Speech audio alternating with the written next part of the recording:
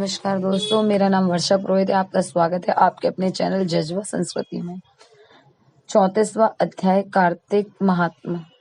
हे सूत जी, people का पेड़ शनिवार को छोड़कर सप्ताह के बाकी दिनों में क्यों नहीं पूजा जाता? सूत जी ने कहा, समुद्र का मंथन करने से जो रत्न देवताओं को मिले, उनमें से देवताओं ने लक्ष्मी और कौस्तुभ मणि भगवान विष्णु को दे दी।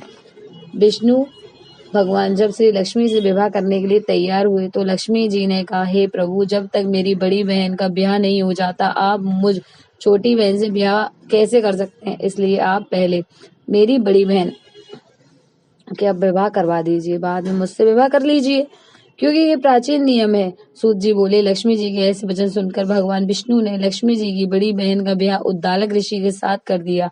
वह लक्ष्मी बड़ी ही क्रूप थी।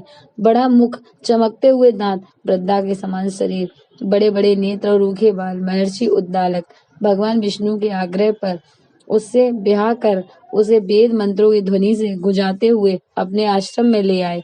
वेद ध्वनि से गूंजते हवन से पवित्र धुएं से सुगंधित उस मनोहर ऋषि आश्रम को देखकर वह बहुत दुखी हुई। उसने महर्षि उद्दालक से कहा, इस आश्रम में बेध्वनि हो रही है, अतः यह स्थान मेरे रहने योग्य नहीं है, इसलिए तुम मुझे किसी दूसरी जगह ले चलो। उसकी बात सुनकर महर्षि उद्दालक ने कहा कि तुम यहाँ क्यों नहीं रह सकती हो, और तुम्हारे रहने योग्य दूसरी जगह कौन सी है, यह मुझको बताओ।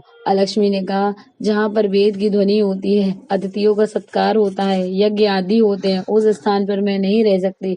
जहाँ पर पति पत्नी आपस में प्यार करते हो, पितरों के निमित्त यज्ञ होते हो, देवताओं का पूजन होता हो, वहाँ मैं नहीं रह सकती। जहाँ पर दिन रात पति पत्नी लड़ते हो, जहाँ से अतिथि लोग सदा निराश लौटते हो, जहाँ पर पूज्य वृद्धों, सत्य पुरुषों तथा मित्रों का नादर होता हो, जहाँ दुराचारी, चोर, पर स्त्रीगामी प्राणी रहते हैं, जहाँ पर गौओं का वध होता है, मदपान, ब्रह्म हत्या आदि पाप होते हैं, वहाँ पर मैं प्रसन्नता पूर्वक निवास करती हूँ।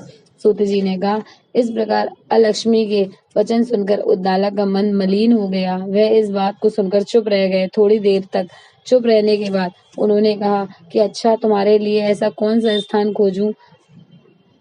मैं तुम्हारे लिए स्थान खोज कर आता हूँ। जब तक मैं तुम्हारे लिए स्थान खोज कर आऊं, तब तक तुम इस पीपल के पेड़ पर चुपचाप बैठी रहो। सूत जी ने कहा। महर्षि उद्दालक उसे पीपल के पेड़ के नीचे बिठाकर उसके रहने योग्य जगह ढूंढने के लिए चले गए, लेकिन जब तक बहुत समय प्रतीक्षा करने पर वे वापस नहीं लौटे तो लक्ष्मी रोने लगी, बुरी तरह से रोना।